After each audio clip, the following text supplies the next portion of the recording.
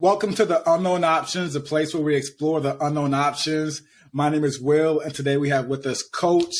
Tell us a little bit about yourself, Coach. What's going on, everyone? My name is Coach Miles. I'm a content marketing coach. I help business owners that sell a product or a service learn how to leverage TikTok to place their content in front of ready buyers. This business was founded in 2021. Essentially, I would like to be honest, my followers came to me and they saw my growth and they wanted me to help them with their growth. And with me having a background in business administration, I wanted to take this serious into the next level. I've always been into marketing itself. So Go Viral Essentials was founded in 2021 and it's just the beginning. So thank you so much for having me here as well. You already know. It's gonna be a good conversation. Absolutely.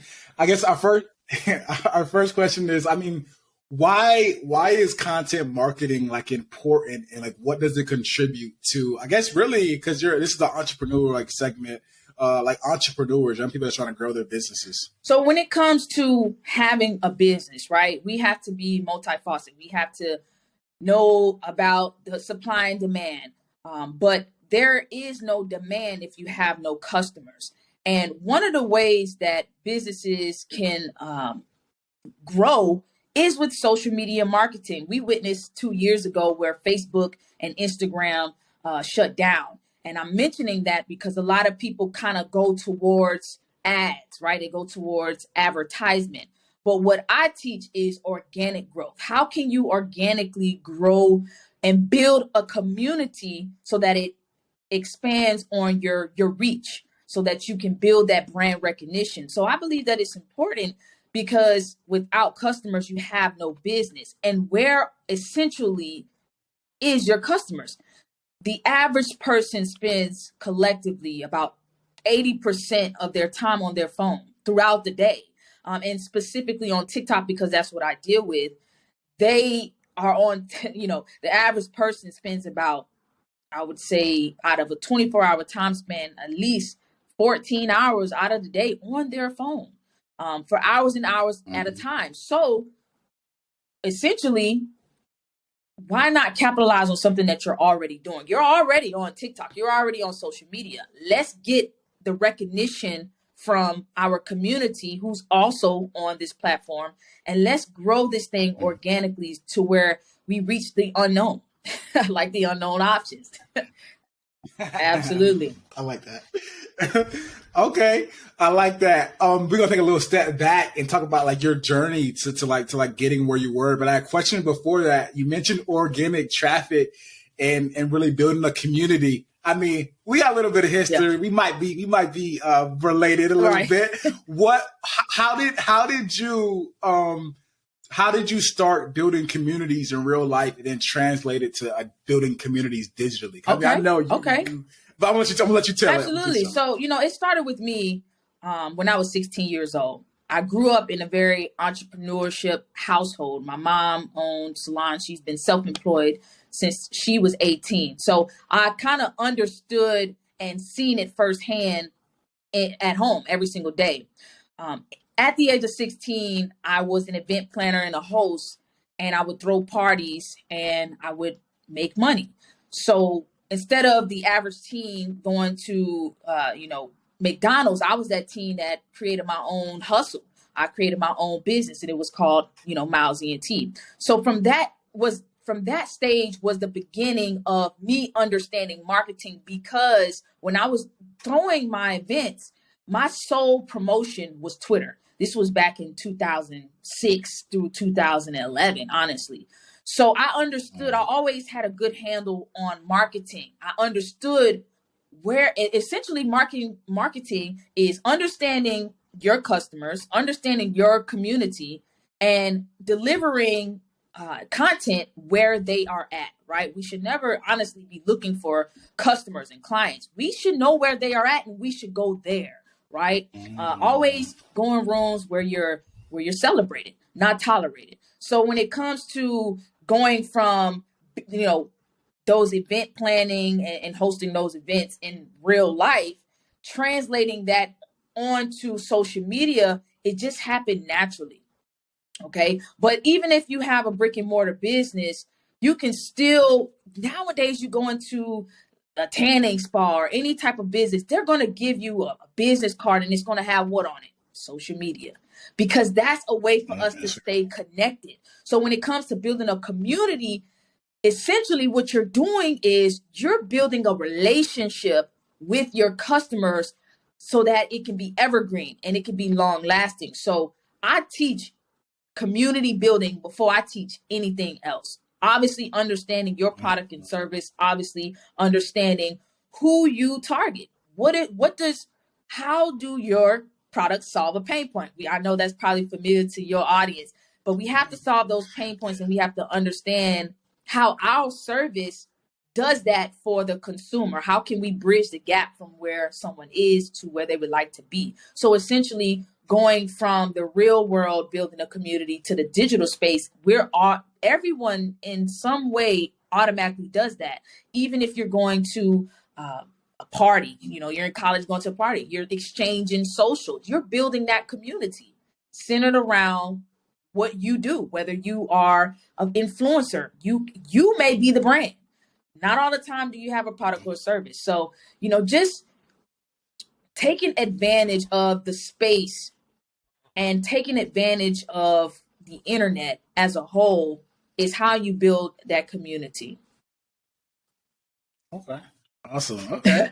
I like that. I got this question. I mean, I think I know the answer to it already, but because this is a platform on career apprehension. So understanding different careers or entrepreneurial journeys and then how to enter them. So, I mean, a lot of people that watch this podcast, they're thinking about college and maybe have a college degree or they don't.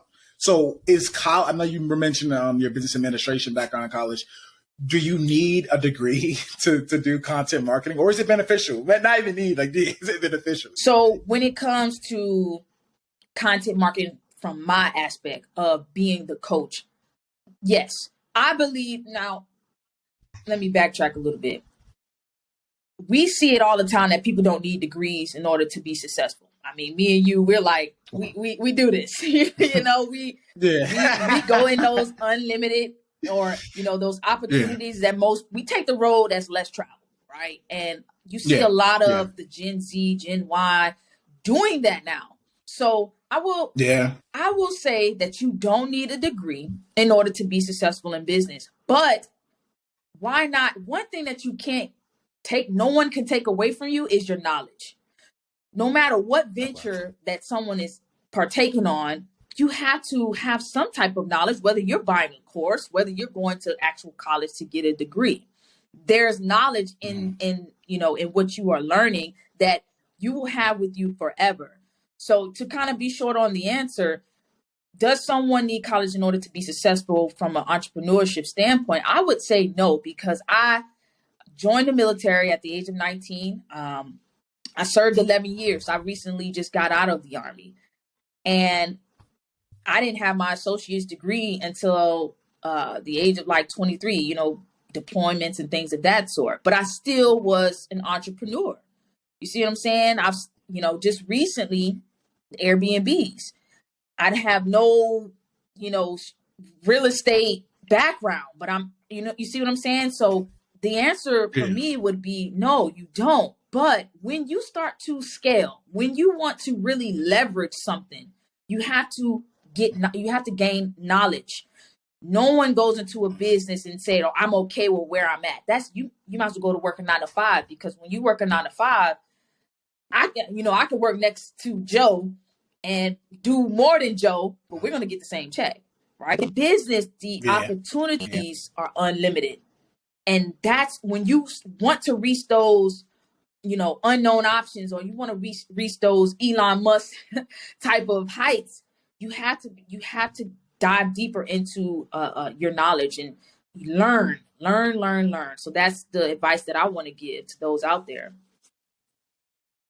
I like that. I thought you was gonna go the route of not going to college. Yeah, okay, I like it. I like it. Essentially, like I said, there is a lot of things that we can learn. We have your podcast, where they're going to be listening to these individuals speak from their standpoint of life, from a business standpoint, or whatever the topic may be.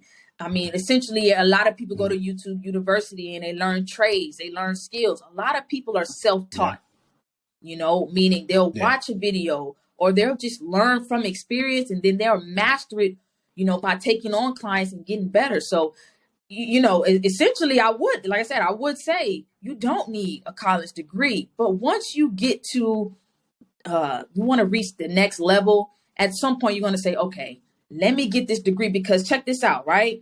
I'm a content marketing coach.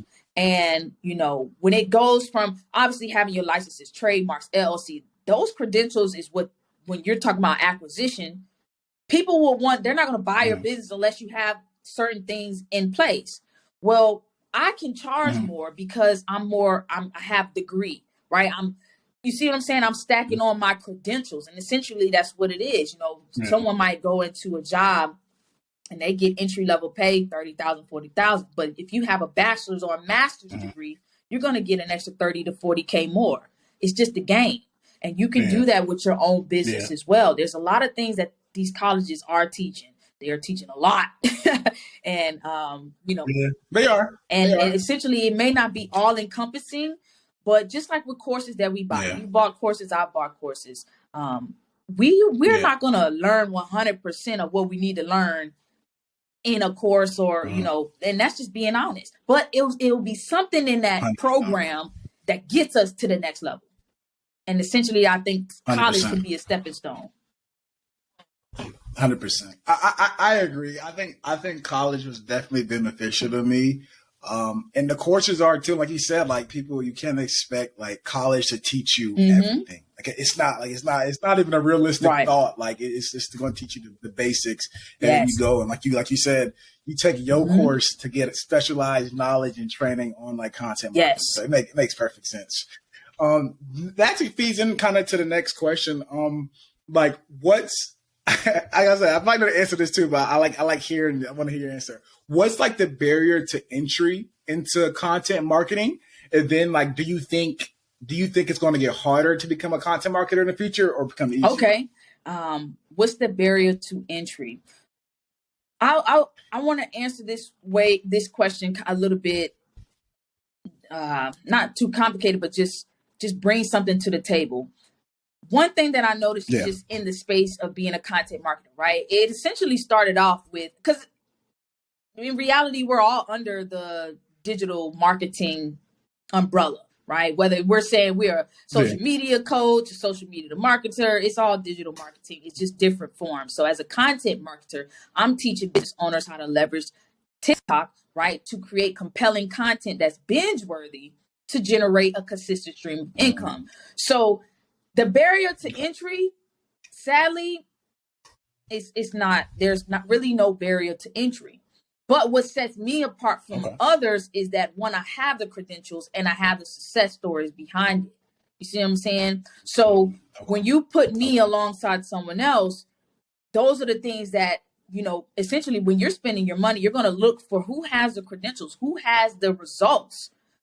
You see what I'm saying? So the barrier to entry for a content marketer, I would say, wouldn't really be as diverse as it would be if someone is entering tech.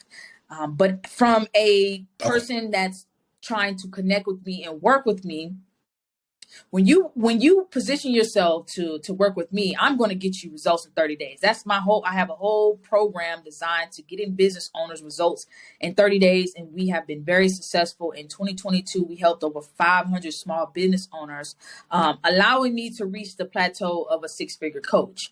Now, again, the things that I'm teaching is helping these business owners really thrive on TikTok, the number one app next to, I believe it's Facebook.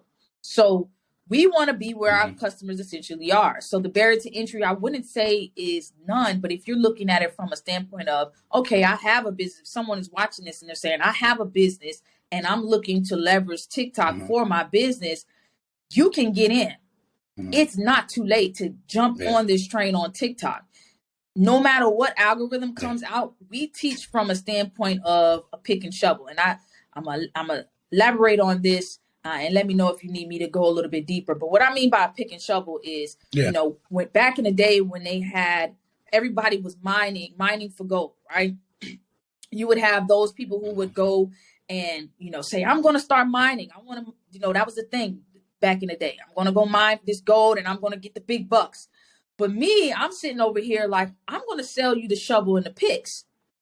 Who do you think is going to be a millionaire? The people that's going to really dig the gold, or the people who's selling the equipment that you need in order to go and become a miner? So when you enter my 30-day program that I have, it's designed for you to optimize your account no matter what algorithm comes out, because essentially that's what all digital marketers are fighting. I guess if we had a challenge, it would be the algorithm, but it's no challenge for me because I'm teaching my community how to look at your content and see what is working for you. What is the desires of your community 30 days ago, right now, and 90 days from now? You have to know where they're at, and that's just understanding the customer journey.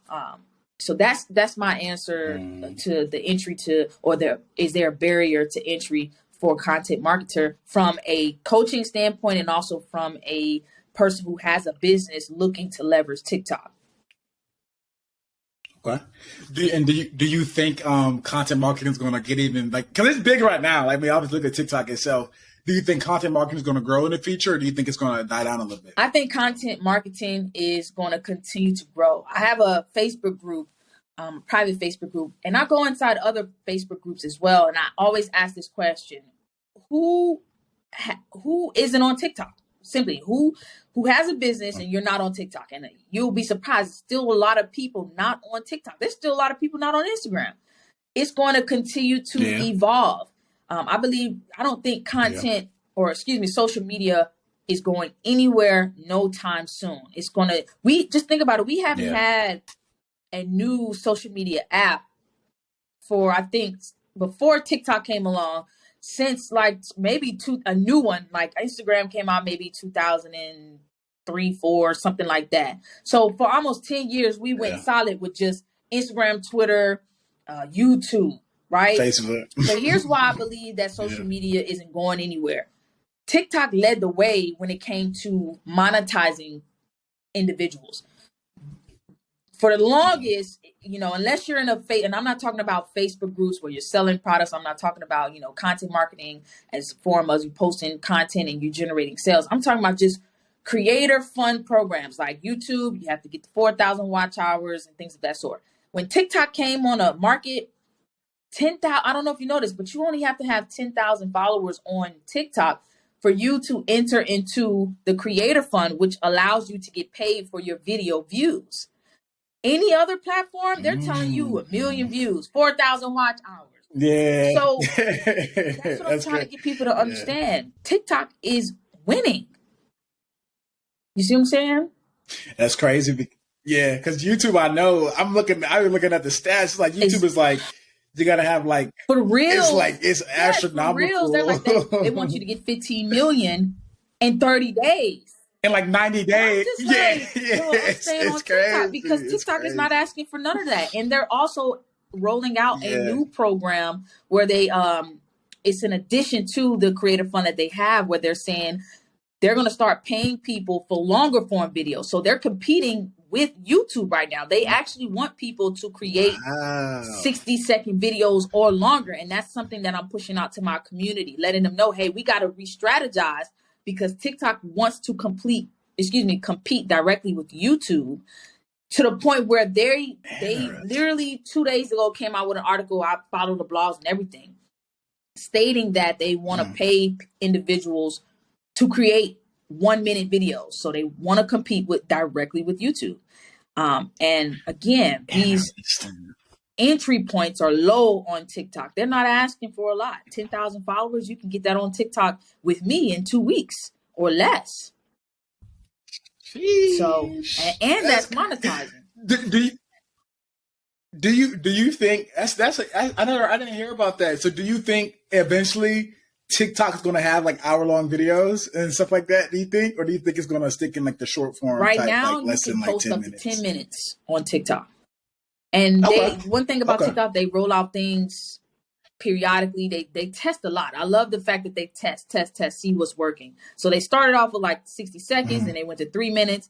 Now you can post videos for as long as 10 minutes. Is it successful? I've had some clients, literally, they just take their YouTube videos and come to TikTok, and people are watching it. They're still hitting 10,000, 100,000 views. In the future, I can't really pinpoint, will they go to longer form videos? But I will say that they are testing it. And they have put out that they are in competition, like they are competing directly with YouTube. Dang, that's crazy. I don't even use TikTok like that. I need to. I'm so bad. I'm a millennial, I guess, but I'm like such bad with like so bad. But here's the thing that I want to let the community know. As I mentioned, I said I always go in these Facebook groups and I say, who here has TikTok? And a lot of them say no. But you know what's happening? Their customers are shopping with someone else. Believe it or not. People don't, and I always say that as my rebuttal. Your customers are shopping. I mean, I don't like to go into numbers, but I mean, on average, like, well, not on average, but it's some days I make $2K in a day. It's some days I make $80 in a day. But if I wasn't on TikTok, I wouldn't be making that. You see what I'm saying? So, you know, you go on Instagram, you go on Facebook, and there's some people that are successful on Instagram. There are some people that are successful on TikTok, on Facebook. But whenever you know, the community, let's say someone comes on TikTok, they come across my page and they lock in with me. I show them the real, like, what is everyone talking about? Because I'm sure you see articles all the time. Oh, this person is famous. This person made this, you know, off a viral video on TikTok. It's happening every single day. New people are going viral. They're getting brand deals. I mean, I have never seen a platform get more millionaires than TikTok. Millionaires and even six-figure business owners. I know. I had a client. She made $4,000 off of one video. She was in my 30-day program. She made $4,000 off of one video. And that month, in the 30 days, she went on to make $17,000. And she was like, I've been on TikTok for a year. And she went on to gain 60,000 followers. This was last year, 2022. And she was just like, I was missing XYZ, right? It's always, and we can be honest here, when it comes to trying to learn things, it's honestly probably just one thing that you're getting wrong, right? One thing that you need to change. That's big. That's like a really true statement. People want to change everything when you can just change one little thing, like it's like a car, like people be ready to get a new car. You don't go take the engine out. Exactly. My car yesterday. My mom was like, "You might get a new." No, that car's paid off. I'm just tire fixed, and I'm gonna keep on chucking. Exactly. I'm gonna drive mine till yes. Absolutely. So, you know, when it comes to a strategy for your content, really dive into who it is that first of all, you want to ask yourself, what do you serve? What is your purpose? What is your why? And these are questions that we ask ourselves all the time. We have to know and understand our why, because the main problem that I hear within my community that they had prior to connecting with me is content ideas, right? Content ideation. I don't, what type of content should I create, and how do I consistently get that on a flow to where it just comes to me naturally? And I tell them, when you understand your why, you will never run out of content ideas. When you understand your targeted audience, you will never run out of content ideas, because for myself or for anyone, right? I can talk to one of my community members and say, hey, what problem did you have yesterday? What problem did you have today? What problem do you think that you're going to have tomorrow based off the two that I just asked you? It's probably going to be different problems every single day. That's content, right? I mean, you have YouTubers who are creating content on the same subject, but they're delivering it in different manners. One topic can be delivered in over 10 ways. You see what I'm saying? When I mean format, I'm talking about voiceovers, podcasts, step by step. There's several different ways to speak on one topic. And essentially, I'm teaching my community how to capitalize off of 15 to 30-second videos. So it can be done. There's Okay. no barriers or limitations as to, reaching success within my community, because I tell them I'm not hearing that. I'm not hearing that. I mean, either. Hey, I don't even talk to people no more if they Right. trying You to be got, negative. if you have self, and I'm not trying to veer off course, but a lot of people have Yeah. self-limiting beliefs. Like they just don't believe in Yeah. themselves. And I'm gonna be honest, Will, I don't try to sell pen to a person that don't want a pen or that like mechanical pencils. I'm not Yeah. trying to say, if you say I don't have a business, or I'm not looking to, I want to be on TikTok just to have fun, best of luck to you. I want to help those who Yeah. understand the power of social media. You see what I'm saying? Definitely. Definitely. I agree. You can't feed everybody. Can't Nope. save everybody. we got one last question in the regular round, then we're gonna go to the not so Okay. speed round. So the last question for the regular round is, if you were younger, let's say like 18, you young, so I'm saying younger, what would you do differently? I said, like, say you were 18, Coach Miles. This is a great you do? question. I've never got asked this question before. It's kind of like an honor to get asked this question, because whenever someone asks this question, it's because they're trying to gain some type of wisdom, moving forward. But for anyone that's listening, at the age of 18, I would still join the military.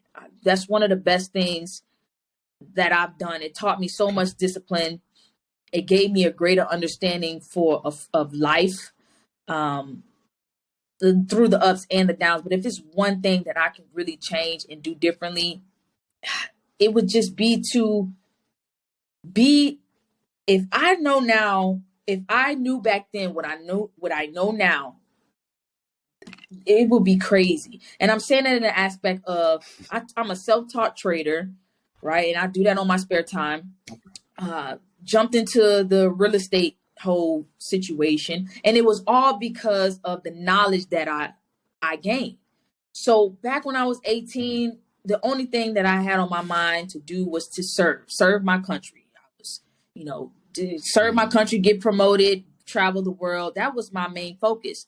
It wasn't to learn financial literacy. So that's essentially my answer. I would, if I could go back, I would learn financial literacy.